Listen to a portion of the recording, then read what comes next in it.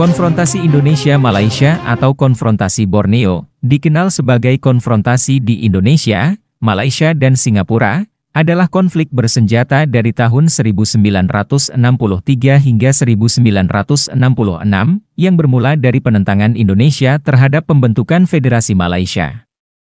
Setelah Presiden Indonesia Soekarno digulingkan pada tahun 1966, perselisihan berakhir secara damai, dan negara Malaysia terbentuk. Pembentukan Malaysia adalah penggabungan Federasi Malaya, atau sekarang Semenanjung Malaysia, Singapura dan koloni mahkota Inggris di Borneo Utara, dan Sarawak, atau secara kolektif dikenal sebagai Borneo Inggris, yang sekarang Malaysia Timur, pada September tahun 1963.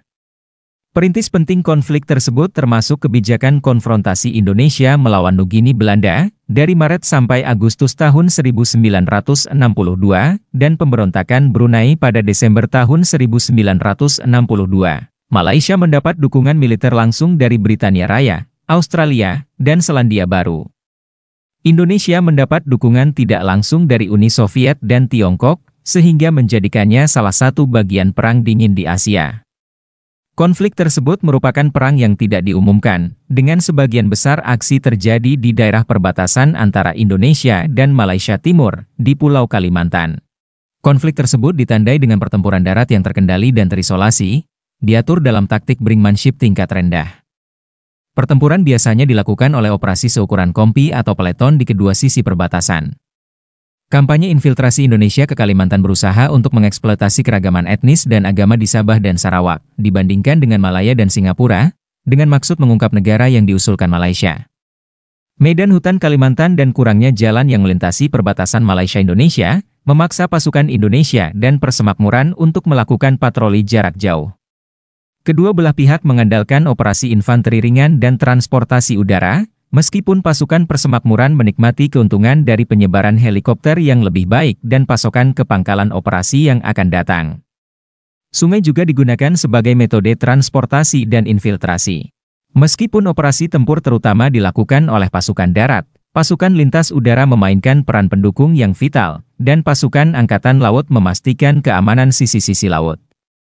Inggris memberikan sebagian besar upaya pertahanan, meskipun pasukan Malaysia terus meningkatkan kontribusi mereka, dan ada kontribusi berkala dari pasukan Australia dan Selandia Baru dalam gabungan cadangan strategis Timur Jauh, yang ditempatkan saat itu di Malaysia Barat dan Singapura. Serangan awal Indonesia ke Malaysia Timur sangat bergantung pada sukarelawan lokal yang dilatih oleh Angkatan Darat Indonesia.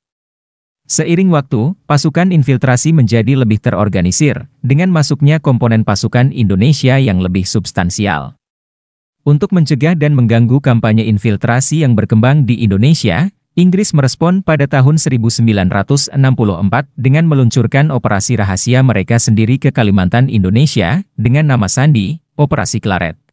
Bertepatan dengan Soekarno mengumumkan Tahun Penuh Bahaya dan Kerusuhan Rasial Singapura 1964, Indonesia meluncurkan kampanye operasi yang diperluas ke Malaysia Barat pada 17 Agustus 1964, meskipun tanpa keberhasilan militer. Penumpukan pasukan Indonesia di perbatasan Kalimantan pada bulan Desember 1964 membuat Inggris mengerahkan pasukan yang signifikan dari Komando Strategis Angkatan Darat yang berbasis di Inggris dan Australia. Dan Selandia Baru mengerahkan pasukan tempur Roulement dari Malaysia Barat ke Kalimantan pada tahun 1965-1966. Intensitas konflik mulai mereda, menyusul kudeta Oktober 1965 dan jatuhnya kekuasaan Soekarno kepada Jenderal Soeharto. Negosiasi perdamaian yang serius antara Indonesia dan Malaysia dimulai pada Mei 1966, dan kesepakatan damai terakhir ditandatangani pada 11 Agustus 1966 dengan Indonesia secara resmi mengakui Malaysia.